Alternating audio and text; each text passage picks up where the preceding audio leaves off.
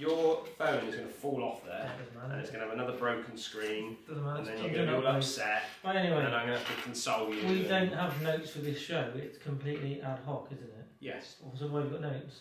Because there's a few key areas that I need to cover in this one, and I don't want to miss them.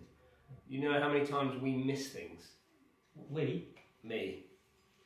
And that's when I miss it, we miss it. Okay. When you miss it, you miss it. You know what I'm saying? Yeah, I've noticed. I've got a Bushnell look. I have got a Bushnell Phantom 2 to give away. Well, it's not this one, and it's not us giving it away. A few minor details. A few minor details, Bernie, but it's a lovely new Bushnell Phantom 2. It's a lovely one as well. And it's brand new in, and we're selling them in the shop, but yeah. Brilliant. Excellent. How do they get that then? I don't know, we'll probably tell them in the show, won't we? Alright, okay.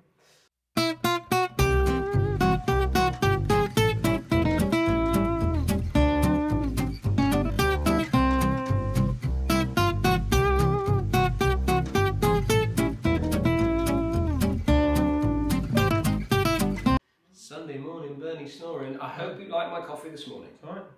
Yeah. Bad. Alright? Alright, I don't know. There's still room for improvement. Anyway, what are we talking about? Today. Well, good morning everybody. Welcome to another Sunday morning show. Good morning, Leicester. Good morning, Dan. Good morning, everybody. Have we had a mic test? Are you mic tested? I'm mic'd up, but I don't know. You're the head of technical mics and that department. Well, hopefully you can all hear us and you're having a great weekend. Probably a bonus if you can't. Well, we have got a lot to get through today. I'm not sure whether our little time gap of half an hour is actually long enough for today's show because we've got so much to talk about. Should we start off with this week and being back at Ashbury and playing at the par 3 course, which I've got to say, like, it made us, it made some of us look like getting unfair criticism. Do you think so? Yeah, people are like, oh, you missed every green, but the greens were tiny. Like, oh, they were like a third of the size of this mat that we're sat on. So, but yeah, I don't know who won that anyway. Do you know? You won it, didn't you? Oh, yeah.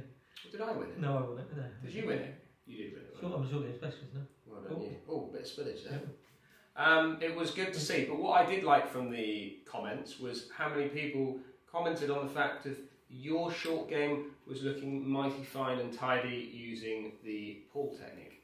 Yeah, correct. Which was great to see, and well done to you. I think people don't realise as well that the videos don't necessarily come out in order that we filmed them. So for example, the Leeds trip, we've not done like 1, 2, 3 in a row. We've actually split it up. So that was filmed before the Ashbury trip. Yes.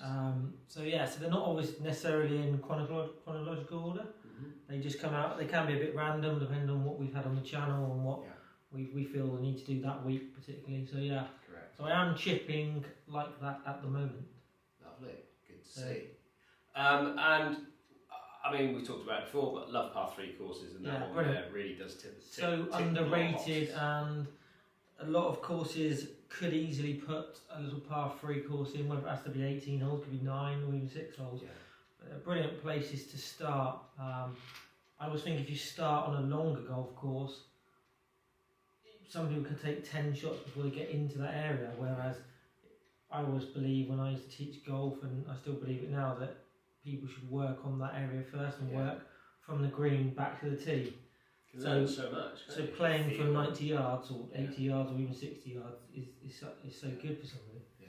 I definitely recommend if you're taking people on the course and they're starting up, maybe they can watch the first few shots you hit. Everybody wants to hit drive, I understand that. But let them play from sort of 80, 90 yards in and learn that part of the game first. And then we went into putt-putt or adventure golf, and we named it the home of adventure golf, which is pretty much what it was. There was so many good comments. I mean, yes, the first part was an hour long, and we knew that because we were breaking it down into the holes, but it was so much fun. Like we laughed, and I know that people commented saying how much they giggled along with us as we were sort of bumbling along through that adventure course. But they are pretty special, wasn't it? Like just the sort of scenery around the course, and when someone said, "Oh, we're going to go on the putting green," I was expecting like the old traditional ones with like a bit of green felt. Yeah. and like it to be like not great, but it was just the superb. thought that had gone into it. Oh, it's brilliant. It was the so design good. and the way it of was done, things, yeah. And it was proper quick, wasn't it? Yeah, they were. I don't even know what they would be on a stint meter. I think that would be beyond the stint meter reading. To be honest, it was so fast. But yeah, a lot of fun, and obviously, I think both of those courses, and I'll call them courses. So you've got the par 3 and the par 1, or the adventure golf. I think for a place like Ashbury to host, to have them for people of all abilities to be able to go and play and enjoy and have fun with their families and friends, I think it was just you could be a non-golfer and enjoy those two particular parts of Ashbury, couldn't you? Yeah, if you wanted to try golf, it was perfect. Yeah. So exciting news that Wilbur made his first cut. Yeah, brilliant. Yeah, I mean he should have. When I caddied for him in the last one, which was 2 weeks ago, he missed out last week, which was in the Highlands of Scotland. Just for costings and travelling and stuff like that, and logistics, he didn't make that trip, which I can understand why. But he should have made the cut, and hopefully that bit of experience or being close to it and realising he's not far off, and giving him the confidence this week that he's really smashed it. Yeah, and he has smashed it. He's done so well. We're properly proud of him, aren't we? Yeah, it's like I've said before, he's got no experience at that next level between being a club player, playing at Torquay and a bit of West Region stuff, to stepping up to Euro Pro. And that's not one, for me, that's not one step up, that's several steps up. Yeah. And it's going to take him time to adjust, and he's done that brilliantly by making a cut, and hopefully he can build on that, make some more cuts, and then look to maybe top 10 finishes. Yeah. And progress that way. And I think with Neil being on the bag, and Neil was involved in the vlog that we did originally around Harleyford, which we did the practice round there for Will. I think Neil's quite an experienced golfer himself. Yeah, he's a scratch golfer himself, and Will's just relaxed around him, isn't he? Yeah, I would say when you're playing on that type of tour, especially when you're making your first few starts, the surroundings is a bit different, and you may not feel comfortable in that particular arena. You're on your own as well, so having, Will does need a little bit of looking after, doesn't he? Yes, and having someone there who's a little bit older, a little bit more experienced, a little bit wiser, he can make sure Will, and it's reassurance as much as anything. I think Neil does a great job at that. So brilliant. Well, congratulations to both of them, really, because it's a team effort, and onwards and upwards, because I think this will be just a jump forward for Will, with confidence for him to understand what it means to make a cut. Yeah, it feels like go through an interview, which he had. I know that one of the guys interviewed him up there, which is all a good interview, wasn't it? Great interview, and he really came across really well. If you haven't seen it, there'll be a little ticker bar along here. You're popping it in there, are you? There, just along there. I might just in there. We're going to pop it in there. We're going to pop it in. Have a little look in the description. Have a little look at it. It's a good interview. Does a good interview. Yeah. Which is good. And they had quite a few hits on the website, which is good. Good publicity for the tour, because it is a well-run tour, and I enjoyed my experience there. Yeah. Caddying for him and just seeing how the setup of the tournament is. It was good. Away from Euro Pro, there has obviously been a lot of hype this week, which has been with Open qualifying. Yeah. And lots of people going for the Open qualifying, and it's I've been through it. You've had a go at doing it, and it's something that a lot of people look forward to playing. Certainly, a lot of head pros at golf clubs, they like to play in it every year, even if they've not been playing that much golf. But yeah, so there's been some Open qualifying, and Paul gets in. He doesn't have to go through regional, and I'm not 100% sure how he keeps getting this into a wild card. But he is Dan's brother. He is Dan's brother. That should get him in. But I think because originally it was because he won the PGA Championships in 2015, gave him an exemption for a few years to get through to final qualifying. Yeah. But I think because he won the English PGA in 2019, I think that's given him some exemptions. Yeah. So I don't know how it all works, but he seems to just get into final stage every year, and didn't make it through. It's so tough, though. Isn't it? It's tough. There was 3 places at each event, wasn't That's the problem. That is the problem. But anyway, he was at West Lancs, and people have been asking, so I just thought I'd give you an update on that. He got through. Paul's been really struggling this last probably 18 months with his wrist.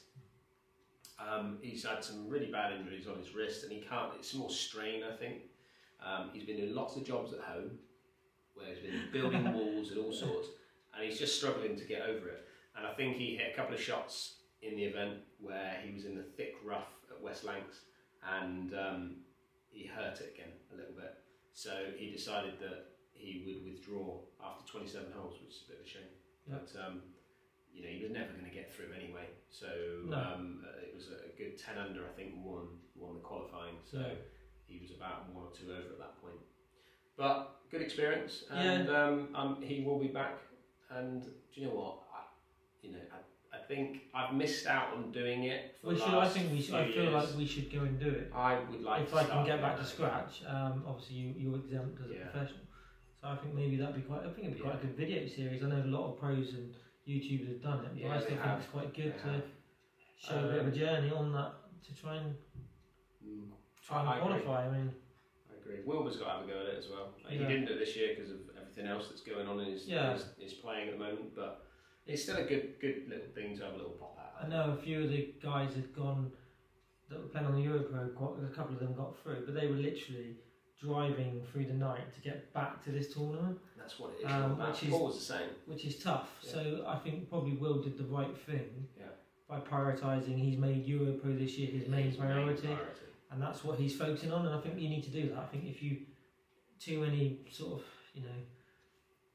irons and too many fires, and you suddenly end up doing nothing well, do you? Whereas if you concentrate on something, but yeah. And then we've had a very exciting weekend. Last weekend we shot up to Wales. We've been up at Pyle and Kenfig and Ashburnham, and we've done our first hosting event, which was golf holiday break, break, I guess. With I think 27 or 28 guys came from you guys came out to play for 2 days. Absolutely brilliant. Absolutely fantastic. I mean, we were lucky with the weather. Well, we were very lucky with the weather. The forecast wasn't great, but we managed to get away with it. No rain for the 2 days. Every single person as well that was on the trip. We had different age groups, didn't we? We had sort of teenagers right up to sort of seniors. Everyone with different backgrounds and different, also different. But everybody really got on well. It was just brilliant, wasn't it? It was so easy. I thought that was what was so good about it, was how everybody came together. Yeah, you know what I mean? No complaints or moans. No. But it was just like-minded people coming together, having fun. People had never met each other, and people were turning up on their own. Yeah. And then meeting up and having just such a great time, and people exchanging numbers after to meet up. This is what we wanted, isn't it? And the plan is that we will do more of these, and pretty much every single person when they left from that trip said that they wanted to do another one. So I think that just kind of tees up what hopefully should be a successful hosting trip, moving forward. We've tested the water, we've worked out what kind of works and what doesn't work. And there were some great prizes, and everybody had a blast. So there will be more. There will be more, and we do have an announcement to make at some stage with the next one. But I just need to tidy up a couple of things with Graham, Ruth, and there will be a bit of a video coming as well. We've done some filming. We didn't do a lot of filming. We had the camera out for see some people, some shots and stuff, and chat to people. And really good. And Pyle and Kenfig and Ashburnham. Wow. Yeah. Those golf courses were in immaculate condition. Yeah, not only were the golf courses down to the immaculate, but just the welcome was so great. From the secretaries, managers at both golf courses to all the members and the members, just everybody around them. Both courses was brilliant. They couldn't have been more welcoming. I mean, I know from being at Torquay, sometimes you get a society in, and some of the members moan about it. Oh, they're taking our tea time to do that, but honestly, they couldn't have been sort of more welcoming, and and it was just brilliant. I was buzzing after it. Yeah, you loved right in your element, wasn't it?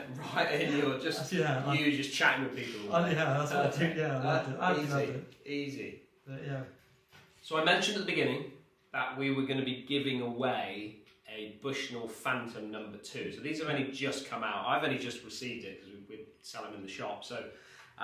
But our friends at Exclusive Golf and Travel are going to be giving one of these away.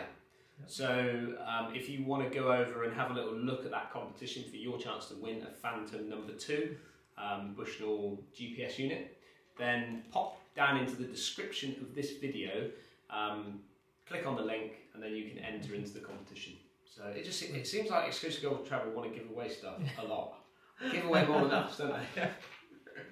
But they're great. They're a great publication, and they've got loads of good, really cool articles in there. Definitely worth a read. So have a little look in our description, and yeah, your chance to win one. And if you do win it, let us know you've won it as well, because we'd like to hear from you. So maybe you could enter us into that competition, because I don't feel like we win enough. You know what I'm saying? I feel like you're a winner at live day, Dan. So Yeah, well, you need to win that. I've got you as my mate, so I renewed that this year for your birthday. That's your birthday present. It came in the card, didn't it? We need our friendship for another official year. tag membership. Been trying to get rid of me for about 30 years. So we've got an exciting week ahead. I'm so excited. Are you? Yeah. Are you? Yeah. This is the most excitement I've ever had my clothes on. Oh, that was cool. So this week on the show, on the channel, we have got Headingley. Yeah. So we've got the last of our first, well, it's not the last, but it's our last of our trip to Leeds, the Leeds area where we did our FootJoy Heritage Series. Headingley. Headingley Golf Club. With John, the secretary, or the general manager. Yeah, actually, John was absolutely brilliant. Yeah. We were made to feel so welcome. Topped off a great little I mean, we met the captain as well. Yes, he was a great bloke. Had guy that's head of the greens afterwards. We had sort of dinner before we left with them as well. They couldn't have been any more helpful. Brilliant. Yeah, they were just superb. Every single one of the people we met there was superb. Made us feel really welcome. Sometimes we go and do a vlog or go and do some filming, and it can be a bit awkward. Sometimes. It's not necessarily a great experience for us, but they were brilliant. Yeah. Now we broke it down. Golf club yeah, they are. Oh, absolutely. They want to achieve. They want to achieve things. So I've broken it down because of time restraints on that course. We managed to get about 12 or 13 holes. We were jumping around. We were jumping around, picking out the best holes that we could get. Weather was coming in, and we needed to get back.